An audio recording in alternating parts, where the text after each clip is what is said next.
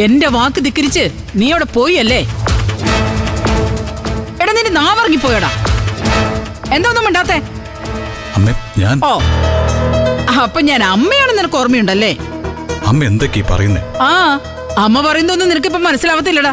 അതിന് കാരണമേ നീ ഇപ്പൊ വരുന്ന പഞ്ചരത്നത്തിൽ നിന്നായതുകൊണ്ടാ. എന്റെ അമ്മ, ഞാൻ എന്റെ മോനെ കുറിച്ച് ഓർത്തിട്ടാ അവിടെ പോയത്.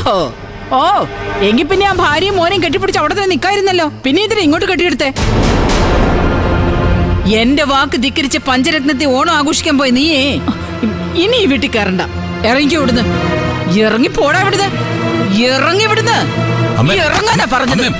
ഇറങ്ങി പോടാ. ഇറങ്ങി പോവിടുന്ന്. ഇറങ്ങി പോവാൻ. ഇറങ്ങി പോടാ. ഇറങ്ങി പോവാനല്ലേ പറഞ്ഞത്? ഇറങ്ങി പോവാൻ. ഇറങ്ങി പോടാ. തല്ലുണ്ടെങ്കിൽ ഇവിടുന്ന് ഇറങ്ങി പോകാൻ പറയടാ. എന്താ എന്നെ അനുസരിക്കാത്ത ആരും ഈ വീട്ടിൽ വേണ്ട. വേണ്ട സത്യ, നിങ്ങൾ ആരും തടയണ്ട. അമ്മ തല്ലിക്കോട്ടെ. എന്നേക്കാൾ കൂടുതലേ ഇവനെയാ ഞാൻ വിശ്വസിച്ചത്. ആ എന്നെ ഇവൻ വഞ്ചിച്ചത്. എന്നേക്കാൾ വലുത് ഇവന്റെ ഭാര്യയും മകനും ആണെങ്കിൽ അവൻ അങ്ങോട്ട് പോട്ടടാ. ഒന്ന് നിർത്താണ്ടി. ഇന്ദ്രേട്ടൻ പോയത് സ്വന്തം മകന്റെ അടുത്തേക്കല്ലേ? അതെ. ഈ അമ്മയ്ക്ക് എന്താ വല്ല കലിയും ബാധിച്ചോ? അടി ബാധിച്ചു.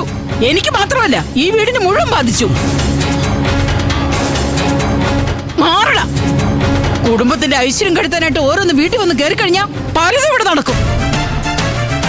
അമ്മേ, എന്നോടുള്ള ദേഷ്യം അമ്മ വെറുതെ ആ പാവത്തോട് തീർക്കരുത്. അമ്മ എന്നെ എന്ത് വേണമെങ്കിലും ചെയ്തോ, തല്ലിക്കോ, ഞാൻ നിന്ന് തരാം. പക്ഷേ വെറുതെ ആ പാവത്തിനെ ക്രൂശിക്കരുത്. നിന്നെ ഞാൻ തല്ലൂടാ. നിന്നെ എന്നെ തല്ലിട്ട് എന്നാ നിന്റെ ഭാര്യക്ക് കൂടുതൽ സന്തോഷം കൂടാ.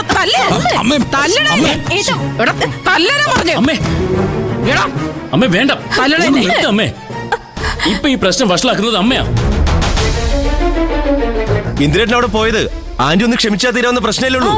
ഇല്ലടാ, ഞാനിത് സഹിക്കില്ലടാ. ക്ഷമിക്കാൻ ഉദ്ദേശിച്ചിട്ടുമില്ല. ഇറങ്ങി പോടാ. പ്രതിഭ